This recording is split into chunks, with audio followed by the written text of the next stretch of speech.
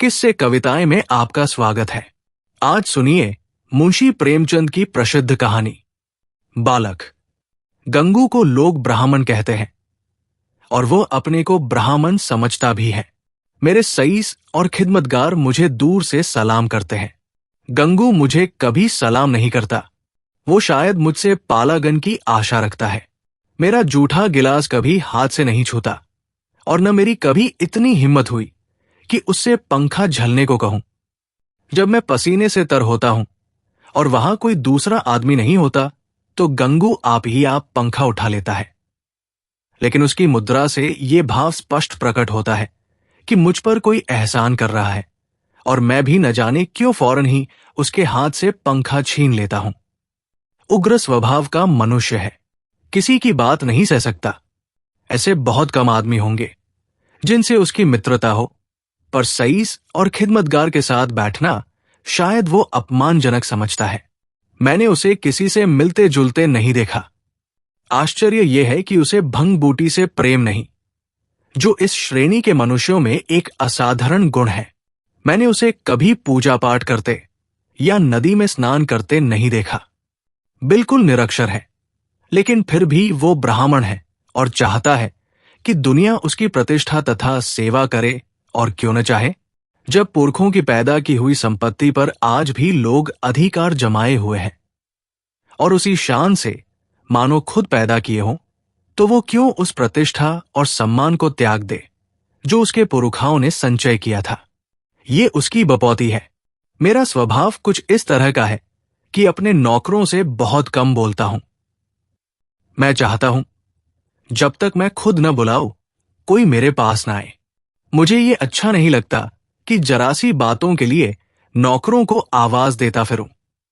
मुझे अपने हाथ से सुराही से पानी उड़ेल लेना, अपना लैंप जला लेना, अपने जूते पहन लेना या अलमारी से कोई किताब निकाल लेना, इससे कहीं ज्यादा सरल मालूम होता है कि हिंगन और मैकू को पुकारूं।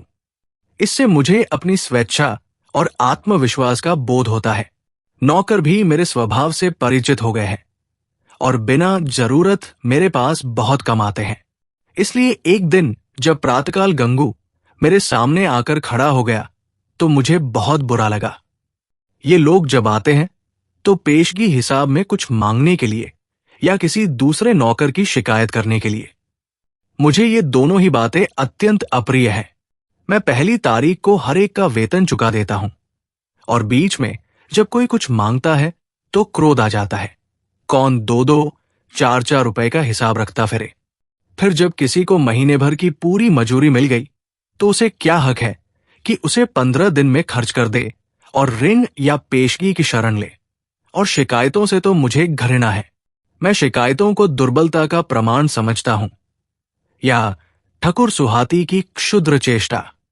मैंने माथा सिकोड़ कर कहा, क्या बात है, मैंने तो तुम्हें बुलाया नहीं। गंगू के तीखे अभिमानी मुख पर आज कुछ ऐसी नम्रता, कुछ ऐसी याचना, कुछ ऐसा संकोच था कि मैं चकित हो गया। ऐसा जान पड़ा वो कुछ जवाब देना चाहता है मगर शब्द नहीं मिल रहे हैं। मैंने जरा नम्र होकर कहा, आखिर क्या बात है, कहते क्यों नहीं? तुम जानते हो ये मेरे टहलने का समय है, मुझे देर हो रही है। गंगू ने निराशा भरे स्वर में कहा, तो आप हवा खाने जाए, मैं फिर आ जाऊंगा।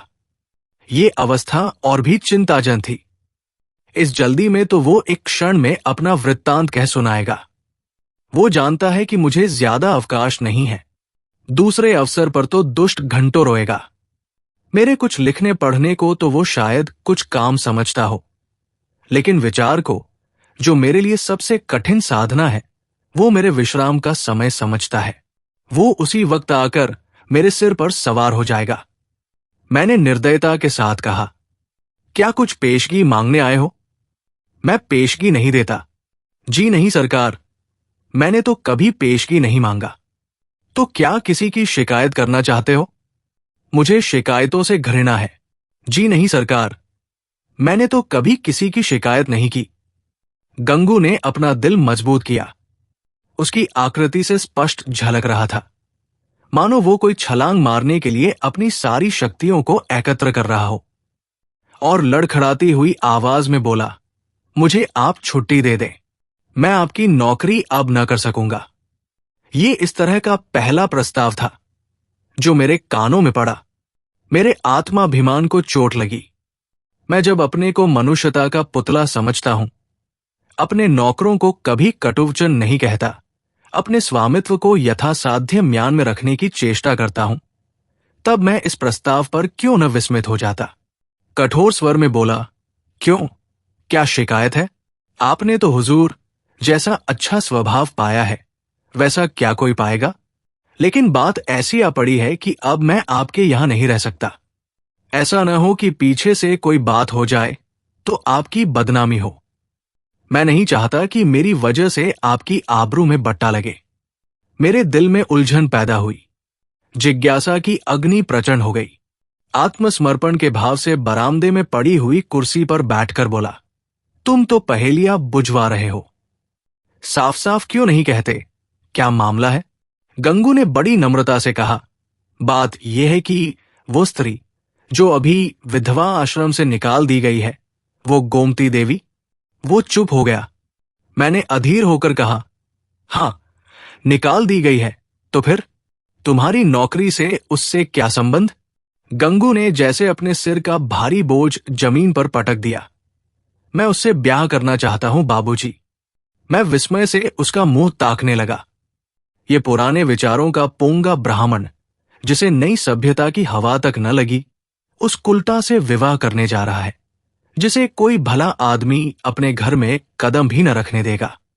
गोमती ने मोहल्ले के शांत वातावरण में थोड़ी सी हलचल पैदा कर दी। कई साल पहले वो विधवाश्रम में आई थी। 3 बार आश्रम के कर्मचारियों ने उसका विवाह करा दिया था, पर हर बार वो महीने 15 दिन के बाद भाग आई थी। यहां तक कि आश्रम के मंत्री ने अब की बार उसे आश्रम से निकाल दिया था। तब से वो इसी मोहल्ले में एक कोठरी लेकर रहती थी और सारे मोहल्ले के शोहदों के लिए मनोरंजन का केंद्र बनी हुई थी। मुझे गंगू की सरलता पर क्रोध भी आया और दया भी। इस गधों को सारी दुनिया में कोई स्त्री ही न मिलती थी जो इससे ब्याह करने जा रहा है। जब वो 3 बार पतियों के पास से भाग आई तो इसके पास कितने दिन रहेगी? कोई गांठ का पूरा आदमी होता तो एक बात भी थी, शायद 6 महीने टिक जाती। ये तो निपट आग का अंधा है, 1 सप्ताह भी तो निबान न होगा। मैंने चेतावनी के भाव से पूछा, तुम्हें इस स्त्री की जीवंतता मालूम है? गंगू ने आंखों देखी बात की तरह कहा, सब झूठ है सरकार। लोगों ने हकनाहक उसको बदनाम कर दिया है। क्या कहते हो? वो 3 बार अपने पतियों के पास से नहीं भाग आई? उन लोगों ने उसे निकाल दिया तो क्या करती? कैसे बुद्धू आदमी हो। कोई इतनी दूर से आकर विवाह करके ले जाता है, हजारों रुपए खर्च करता है, इसीलिए कि औरत को निकाल दे। गंगू ने भावुकता से कहा, जहां प्रेम नहीं है हुजूर, वहां कोई स्त्री नहीं रह सकती। स्त्री केवल रोटी कपड़ा ही नहीं चाहती, कुछ प्रेम भी तो चाहती है। वे लोग समझते होंगे कि हमने एक विधवा से विवाह करके उसके ऊपर कोई बहुत बड़ा एहसान किया है। चाहते होंगे कि तनमन से वो उनकी हो जाए, लेकिन दूसरे को अपना बनाने के लिए पहले आप उसका बन जाना पड़ता है हुजूर। ये बात है। फिर उसे एक बीमारी भी है, उसे कोई भूत लगा हुआ है। ये कभी कभी बकझक करने लगती है और बेहोश हो जाती है। और तुम ऐसी स्त्री से विवाह करोगे? मैंने संदिग्ध भाव से सिर हिलाकर कहा, समझ लो, जीवन कड़वा हो जाएगा। गंगू ने शहीदों के से आवेश से कहा, मैं तो समझता हूं, मेरी जिंदगी बन जाएगी बाबूजी, आगे भगवान की मर्जी। मैंने जोर देकर पूछा, तो तुमने तय कर लिया है? हां हुजूर। तो मैं तुम्हारा इस्तीफा मंजूर करता हूं। मैं निरर्थक रूढ़ियों और व्यर्थ के बंधनों का दास नहीं हूं, लेकिन जो आदमी एक दुष्टा से विवाह करे उसे अपने यहां रखना वास्तव में जटिल समस्या थी। आए दिन टंटे खेड़े होंगे, नई नई उलझनें पैदा होंगी। कभी पुलिस दौड़ लेकर आएगी, कभी मुग्ध में खड़े होंगे। संभव है चोरी की वारदातें भी हों। इस दलदल से दूर रहना ही अच्छा। गंगू क्षुधा पीड़ित प्राणी की भांति रोटी का टुकड़ा देखकर उसकी ओर लपक रहा है। रोटी जूठी है, सूखी है, खाने योग्य नहीं है, इसकी उसे परवाह नहीं। उसको विचार बुद्धि से काम लेना कठिन था। मैंने उसे पृथक कर देने ही में अपनी कुशल समझी। 5 महीने गुजर गए। गंगू ने गोमती से विवाह कर लिया था और उसी मोहल्ले में एक खपरेल का मकान लेकर रहता था। वो अब चाट का खोंचा लगाकर गुजर बसर करता था। मुझे जब कभी बाजार में मिल जाता तो मैं उसका क्षेम कुशल पूछता। मुझे उसके जीवन से विशेष अनुराग हो गया था। ये एक सामाजिक प्रश्न की परीक्षा थी, सामाजिक ही नहीं, मनोवैज्ञानिक भी। मैं देखना चाहता था इसका परिणाम क्या होता है। मैं गंगू को सदैव प्रसन्न मुख देखता। समृद्धि और निश्चिंतता के मुख पर जो एक तेज और स्वभाव में जो एक आत्मसम्मान पैदा हो जाता है, वो मुझे यहां प्रत्यक्ष दिखाई देता था। रुपए बिसाने की रोज बिक्री हो जाती थी। इसमें लागत निकालकर 8-10 आने बच जाते थे। यही उसकी जीविका थी। किंतु इसमें किसी देवता का वरदान था, क्योंकि इस वर्ग के मनुष्यों में जो निर्लज्जता और विपन्नता पाई जाती है, इसका वहां चिन्ह तक न था। उसके मुख पर आत्मविकास और आनंद की झलक थी, जो चित्त की शांति से ही आ सकती है। एक दिन मैंने सुना कि गोमती गंगू के घर से भाग गई है। कह नहीं सकता क्यों। मुझे इस खबर से एक विचित्र आनंद हुआ। मुझे गंगू के संतुष्ट और सुखी जीवन पर एक प्रकार की ईर्ष्या होती थी। मैं उसके विषय में किसी अनिष्ट की, किसी घातक अनर्थ की, किसी लज्जास्पद घटना की प्रतीक्षा करता था। इस खबर से ईर्ष्या को सांत्वना मिली। आखिर वही बात हुई जिसका मुझे विश्वास था। आखिर बच्चा को अपनी अदूरदर्शिता का दंड भोगना पड़ा। अब देखें बच्चा कैसे मुंह दिखाते हैं। अब आंखें खुलेंगी और मालूम होगा कि लोग जो उन्हें इस विवाह से रोक रहे थे, उनके कैसे शुभचिंतक थे। उस वक्त तो ऐसा मालूम होता था मानो आपको कोई दुर्लभ पदार्थ मिला जा रहा हो, मानो मुक्ति का द्वार खुल गया है। लोगों ने कितना कहा कि ये स्त्री विश्वास के योग्य नहीं है, कितनों को दगा दे चुकी है, तुम्हारे साथ भी दगा करेगी, लेकिन इन कानों पर जू तक न रेंगी। अब मिले तो जरा उनका मिजाज पूछूं। कहूं क्यों महाराज, देवी जी का ये वरदान पाकर प्रसन्न हुए या नहीं? तुम तो कहते थे वो ऐसी है और वैसी है, लोग उस पर केवल दुर्भावना के कारण दोष आरोपित करते हैं। अब बतलाओ किसकी भूल थी? उसी दिन संयोगवश गंगू से बाजार में भेंट हो गई। घबराया हुआ था, बदहवास था, बिल्कुल खोया हुआ। मुझे देखते ही उसकी आंखों में आंसू भर आए, लज्जा से नहीं, व्यथा से। मेरे पास आकर बोला, बाबूजी, गोमती ने मेरे साथ विश्वासघात किया। मैंने कुटिल आनंद से लेकिन कृत्रिम सहानुभूति दिखाकर कहा, तुमसे तो मैंने पहले ही कहा था, लेकिन तुम माने ही नहीं। अब सब्र करो। इसके सिवा और क्या उपाय है? रुपए पैसे ले गई या कुछ छोड़ गई? गंगू ने छाती पर हाथ रखा। ऐसा जान पड़ा मानो मेरे इस प्रश्न ने उसके हृदय को विदीर्ण कर दिया। अरे बाबूजी, ऐसा न कहिए। उसने धेले की भी चीज नहीं छुई। अपना जो कुछ था वो भी छोड़ गई। न जाने मुझमें क्या बुराई देखी। मैं उसके योग्य न था और क्या कहूं। वो पढ़ी लिखी थी, मैं करिया अक्षर भैंस बराबर। मेरे साथ इतने दिन रही, यही बहुत था। कुछ दिन और उसके साथ रह जाता तो आदमी बन जाता। उसका आपसे कहाँ तक बखान करो हुजूर। औरों के लिए चाहे जो कुछ रही हो, मेरे लिए तो किसी देवता का आशीर्वाद थी। न जाने मुझसे क्या ऐसी खता हो गई, मगर कसम ले लीजिए जो उसके मुख पर मैल तक आया हो। मेरी औकात ही क्या है बाबूजी, 10-12 आने का मजूर हूं, पर इसी में उसके हाथों इतनी बरकत थी कि कभी कमी नहीं पड़ी। मुझे इन शब्दों से घोर निराशा हुई। मैंने समझा था वो उसकी बेवफाई की कथा कहेगा और मैं उसकी अंध भक्ति पर कुछ सहानुभूति प्रकट करूंगा, मगर उस मूर्ख की आंखें अब तक नहीं खुली। अब भी उसी का मंत्र पढ़ रहा है। अवश्य ही इसका चित्त कुछ अव्यवस्थित है। मैंने कुटिल परिहास आरंभ किया तो तुम्हारे घर से कुछ नहीं ले गए? कुछ भी नहीं बाबूजी, धेले की भी चीज नहीं, और तुमसे प्रेम भी बहुत करती थी। अब आपसे क्या कहूं बाबूजी, वो प्रेम तो मरते दम तक याद रहेगा। फिर भी तुम्हें छोड़कर चली गई, यही तो आश्चर्य है बाबूजी। त्रियाचरित्र का नाम कभी सुना है? अरे बाबूजी, ऐसा न कहिए। मेरी गर्दन पर कोई छुरी रख दे तो भी मैं उसका यश ही गाऊंगा। तो फिर ढूंढ निकालो। हाँ मालिक, जब तक उसे ढूंढ न लाऊंगा मुझे चैन न आएगा। मुझे इतना मालूम हो जाए कि वो कहाँ है, फिर तो मैं उसे ले ही आऊंगा। और बाबूजी, मेरा दिल कहता है कि वो आएगी जरूर। देख लीजिएगा, वो मुझसे रूठ कर नहीं गई, लेकिन दिल नहीं मानता। जाता हूं, महीने 2 महीने जंगल पहाड़ की धूल छानूंगा। जीता रहा तो फिर आपके दर्शन करूंगा। ये कहकर वो उन्माद की दशा में एक तरफ चल दिया। इसके बाद मुझे एक जरूरत से नैनीताल जाना पड़ा, सैर करने के लिए नहीं। 1 महीने के बाद लौटा और अभी कपड़े भी न उतारने पाया था कि देखता हूं गंगू एक नवजात शिशु को गोद में लिए खड़ा है। शायद कृष्ण को पाकर नंद भी इतने पुलकित न हुए होंगे।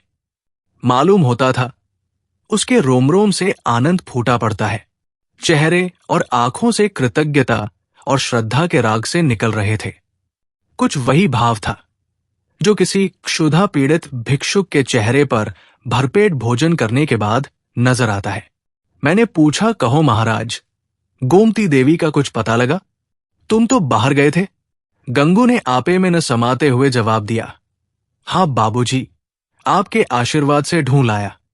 लखनऊ के जनाने अस्पताल में मिली। यहां एक सहेली से कह गई थी कि अगर वो बहुत घबराए तो बतला देना। मैं सुनते ही लखनऊ भागा और उसे घसीट लाया।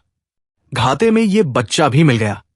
उसने बच्चे को उठाकर मेरी तरफ बढ़ाया, मानो कोई खिलाड़ी तमगा पाकर दिखा रहा हो। मैंने उपहास के भाव से पूछा, अच्छा, ये लड़का भी मिल गया? शायद इसीलिए वो यहां से भागी थी। है तो तुम्हारा ही लड़का। मेरा काहे को है बाबूजी, आपका है, भगवान का है। तो लखनऊ में पैदा हुआ? हाँ बाबूजी, अभी तो कुल 1 महीने का है। तुम्हारे ब्याह हुए कितने दिन हुए? ये 7वां महीना जा रहा है। तो शादी के 6ठे महीने पैदा हुआ। और क्या बाबूजी, फिर भी तुम्हारा लड़का है? हाँ जी। कैसी बैसर पैर की बात कर रहे हो? मालूम नहीं। वो मेरा आशय समझ रहा था या बन रहा था। उसी निष्कपट भाव से बोला, मरते मरते बची बाबूजी, नया जन्म हुआ। 3 दिन 3 रात छटपटाती रही। कुछ न पूछिए। मैंने अब जरा व्यंग्य भाव से कहा, लेकिन 6 महीने में लड़का होते आज ही सुना। ये चोट निशाने पर जा बैठी। मुस्कराकर बोला, अच्छा वो बात, मुझे तो उसका ध्यान भी नहीं आया। इसी भय से तो गोमती भागी थी। मैंने कहा, गोमती, अगर तुम्हारा मन मुझसे नहीं मिलता तो तुम मुझे छोड़ दो। मैं अभी चला जाऊंगा और फिर कभी तुम्हारे पास ना आऊंगा। तुमको जब कुछ काम पड़े तो मुझे लिखना, मैं भरसक तुम्हारी मदद करूंगा। मुझे तुमसे कुछ मलाल नहीं है। मेरी आंखों में तुम अब भी उतनी ही भली हो। अब भी मैं तुम्हें उतना ही चाहता हूं। नहीं, अब मैं तुम्हें और ज्यादा चाहता हूं। लेकिन अगर तुम्हारा मन मुझसे फिर नहीं गया है तो मेरे साथ चलो। गंगू जीते जी तुमसे बेवफाई नहीं करेगा। मैंने तुमसे इसलिए विवाह नहीं किया कि तुम देवी हो, बल्कि इसलिए कि मैं तुम्हें चाहता था और सोचता था कि तुम भी मुझे चाहती हो। ये बच्चा मेरा बच्चा है, मेरा अपना बच्चा है। मैंने एक बोया हुआ खेत लिया तो क्या उसकी फसल को इसलिए छोड़ दूंगा कि उसे किसी दूसरे ने बोया था? ये कहकर उसने जोर से ठट्ठा मारा। मैं कपड़े उतारना भूल गया। कह नहीं सकता क्यों मेरी आंखें सजल हो गई। न जाने वो कौन सी शक्ति थी जिसने मेरी मनोगत घृणा को दबाकर मेरे हाथों को बढ़ा दिया। मैंने उस निष्कलंक बालक को गोद में ले लिया और इतने प्यार से उसका चुंबन लिया कि शायद अपने बच्चों का भी न लिया होगा। गंगू बोला, बाबूजी, आप बड़े सज्जन हैं। मैं गोमती से बार बार आपका बखान किया करता हूं। कहता हूं, चल एक बार उनके दर्शन करा, लेकिन मारे लाज के आती ही नहीं। मैं और सज्जन, अपनी सज्जनता का पर्दा आज मेरी आंखों से हटा। मैंने भक्ति से डूबे हुए स्वर में कहा, नहीं जी, मेरे जैसे कलुषित मनुष्य के पास वो क्या आएगी? चलो, मैं उनके दर्शन करने चलता हूं। तुम मुझे सज्जन समझते हो? मैं ऊपर से सज्जन हूं, पर दिल का कमीना हूं। असली सज्जनता तुम में है, और ये बालक वो फूल है जिससे तुम्हारी सज्जनता की महक निकल रही है। मैं बच्चे को छाती से लगाए हुए गंगू के साथ चला। ऐसी और कहानियों के लिए आप किससे कविताएं पेज को, चैनल को लाइक, फॉलो व सब्सक्राइब करें प्लीज। कोई त्रुटि हो या सुधार की सलाह हो तो अवश्य दें। धन्यवाद।